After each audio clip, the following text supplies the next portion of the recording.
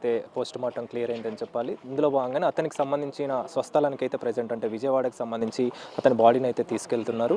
అయితే ఇక్కడ ఈ హత్యకు సంబంధించి కావచ్చు, వాళ్ళ తల్లిదండ్రులు, అమ్మాయికి సంబంధించిన తల్లిదండ్రులు అత్యంత దారుణంగా హత్యకు పాల్పడ్డారు. ఆ తర్వాత పోలీసులు ఘటనా స్థలానికి చేరుకొని పూర్తి వివరాలు కూడా తెలుసుకొని పోస్ట్ మార్టం నిమిత్తం అయితే పటాన్చెరు గవర్నమెంట్ హాస్పిటల్కి తీసుకురావడం జరిగింది. దానికి సంబంధించిన పూర్తిగా కూడా పోస్ట్ మార్టం చేశారు. పూర్తి అయిన అనంతరం ఇప్పుడైతే ప్రజెంట్ విజయవాడకి అయితే తరలిస్తున్నారు. ఇక్కడ కొంతమంది మనతో పాటు వాళ్ళ ఫ్రెండ్స్ ఉన్నారు. సాయి శ్రవణ్కి సంబంధించి అతను బీటెక్స్ అవుతున్నాడు. వాళ్ళ ఫ్రెండ్స్కి సంబంధించి కూడా అసలు వాళ్ళ ఫ్రెండ్స్కి సంబంధించి ఏం చెప్తారు, ఈ హత్యకు గురైనటువంటి సాయి శ్రవణ్ ఎలా ఉండేవాడు అనే విషయాలు కూడా తెలుసుకుందాం. బ్రదర్, ఏం పేరు మీ పేరు? నా పేరు దినేష్ అన్న. సాయి శ్రవణ్కి సంబంధించి మీతో చివరిగా ఎప్పుడు మాట్లాడడం జరిగింది, అసలు ఎలా ఉండేవాడు? నాతో చివరైతే మొన్న నైట్ మాట్లాడడం జరిగింది అన్న. శ్రవణ్ అనే అబ్బాయి అయితే అందరితో ఫ్రెండ్లీగానే ఉంటాడు. బయటోడనైతే ఎవరిని చూడాడు. సొంత తమ్ముడు లెక్క కానీ అన్న లెక్క కానీ చూసుకునేటోడు అందరిని. ఎప్పుడైనా సరే ఎట్లాంటి విషయం ఉన్నా ఎవరిని బాధ పెట్టేటోడు కాదు. త్వరగా ఏమైనా ఉన్నా ఆయనకైనా బాధపడేటోడు తప్ప ఎవరికి బాధ చెప్పుకునేటోడు కాదు.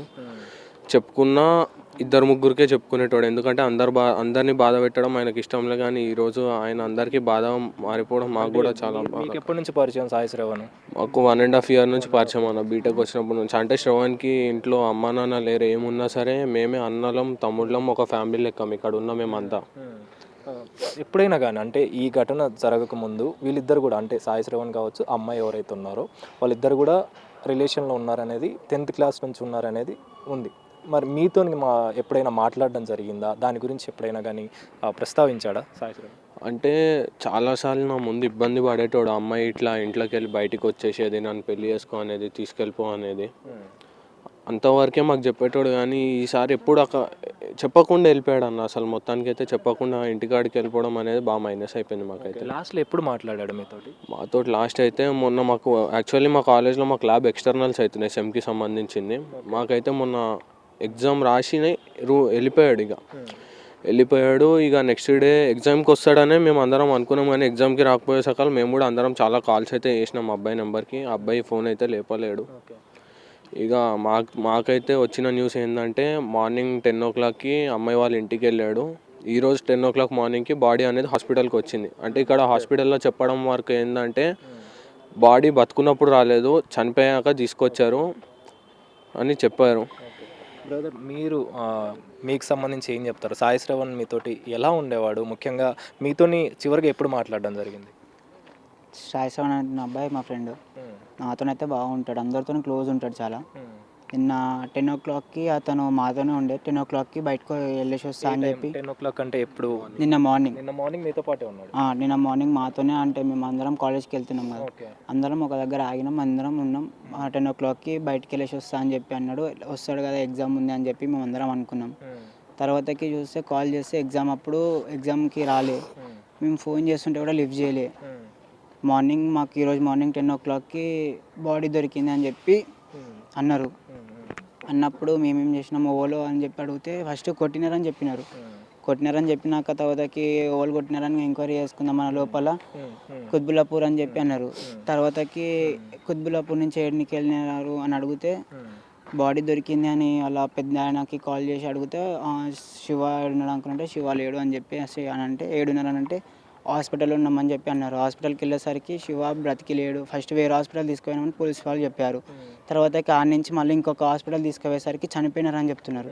కానీ అతను చనిపోయినాకనే హాస్పిటల్కి అయితే తీసుకొచ్చినారని ఆడ హాస్పిటల్లో చెప్తున్నారు. ఇప్పుడైతే నార్మల్గా పోస్ట్ మార్టం రిపోర్ట్స్ కూడా మాకు ఇస్తలేరు. 10 days 15 daysలో రావాల్సింది కావాల్సుకొని ఏం లోపల ఏం జరుగుతుందో మాకైతే ఇంకా తెలియదు. 2 నెలలు 3 నెలలు అని చెప్తుర్రు. మేమైతే మా శివ గురించి న్యాయ పోరాటం చేస్తాం, ఎంత దూరమైనా చేస్తాం, పెద్ద ఎత్తున ఒక పోరాటం చేస్తాం. ఇప్పుడు మీ మీడియా వాళ్ళని అయితే కొనలేరు కదా అన్న, కొనగలుగుతారా చెప్పండి అన్న? కొనలేరు కదా. మీరు కూడా ఇప్పుడు పోరాడతారు కదా మాతోటి, మేము కూడా స్టూడెంట్సే కదా. అది కూడా చూస్తాం, ఎంతవరకు మీడియా అనేటోళ్ళు కూడా మాతోటి నుంచుంటారు, మాకు సపోర్ట్ చేస్తారు అనేది కూడా చూస్తాం మేము. బ్రదర్, మీరు చెప్పండి, అంటే ముఖ్యంగా మీరు కూడా ఫ్రెండే, మీతో ఎప్పుడైనా కానీ అంటే వీళ్ళ రిలేషన్కి సంబంధించి ఎప్పుడైనా డిస్ప్యూట్స్ రావడం కానీ ఎప్పుడైనా మీతోటి షేర్ చేసుకున్నాడా? అంటే ఇలా ఉంది పరిస్థితి అంటే 10th class నుంచి కూడా వీళ్ళిద్దరు కూడా రిలేషన్లో ఉన్నారు. అప్పటి నుంచి కూడా మీకు సంబంధించి ఖచ్చితంగా ఇతను ఎప్పుడోసారి ప్రస్తావిస్తూ ఉంటాడు. మరి ఎప్పుడైనా మాట్లాడడం జరిగిందా? అయితే ఒక 4-5 మంత్స్ బ్యాక్ అనుకుంటా ఇట్లా ఆమె ఇంట్లో నుంచి వచ్చేసిందని చెప్పిండు. బయటికి వెళ్తా తీసుకొని వెళ్ళిపోతా అని చెప్తే అప్పుడు మేము నచ్చ చెప్పినాం మనకి, వద్దురా ఇప్పుడు నువ్వు చదువుకుంటున్నావు తీసుకో ఎట్లా పోషిస్తావు ఎట్లా వేస్తాం అని చెప్పి అప్పుడు ఆపేసినాం. వచ్చిందా? అమ్మాయి వచ్చింది. ఓకే. అమ్మాయి ఇప్పటికి 3 times వచ్చింది. ఎందుకు అంటే ఏమని వచ్చింది? వచ్చి ఒక పెళ్లి చేసుకోమని వచ్చింది, లేదంటే కలుద్దామని ఇట్లా నార్మల్గా వచ్చింది. నాకు చెప్పిండు, అది నాతో షేర్ చేసుకున్నాడు.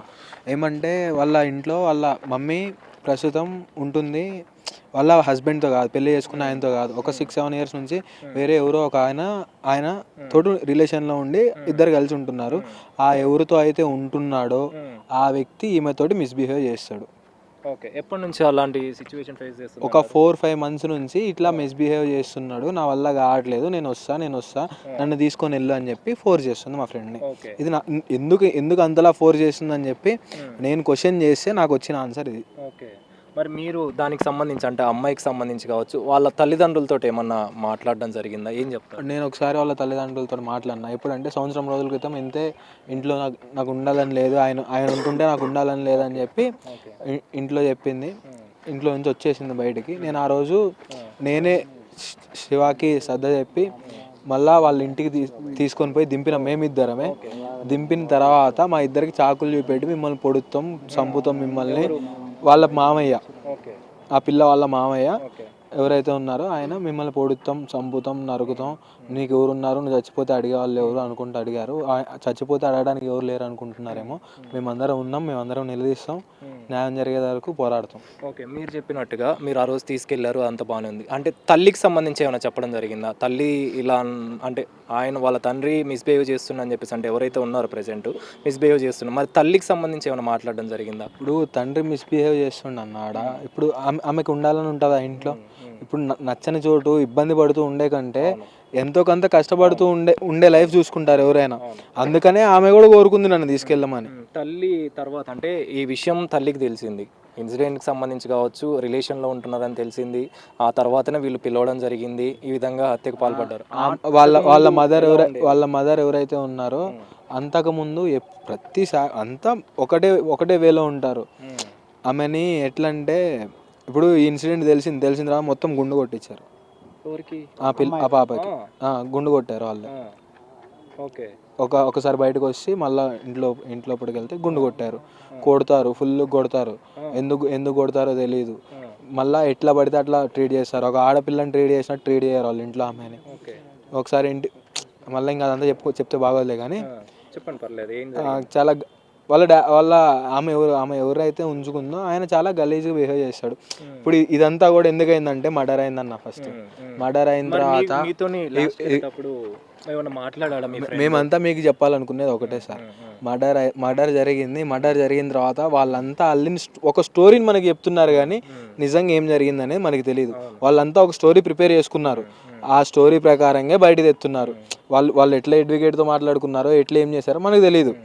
ఒక స్టోరీ అనుకున్నారు గట్టిగా, అదే బయటికి చెప్పారు మనకి. మీతో ఎప్పుడు మాట్లాడాడు మీ ఫ్రెండ్? మొన్న పొద్దున అన్న, మండే మార్నింగ్. ఎప్పుడైనా మరి డిస్కస్ చేశాడా ఇట్లా జరుగుతుంది ఏమన్నా అని చెప్పేసి? ఆ అమ్మాయి ఇట్లా కాల్ చేసి మసార్ లేచిండు అన్న నాతోనే, ఇట్లా కాల్ చేస్తుంది, పొద్దుకులు ఇబ్బంది పెడుతుంది, నన్ను తీసుకెళ్ళిపో అని చెప్పి ఇబ్బంది పెడుతుంది అని చెప్పి కాల్ చేసినాడు.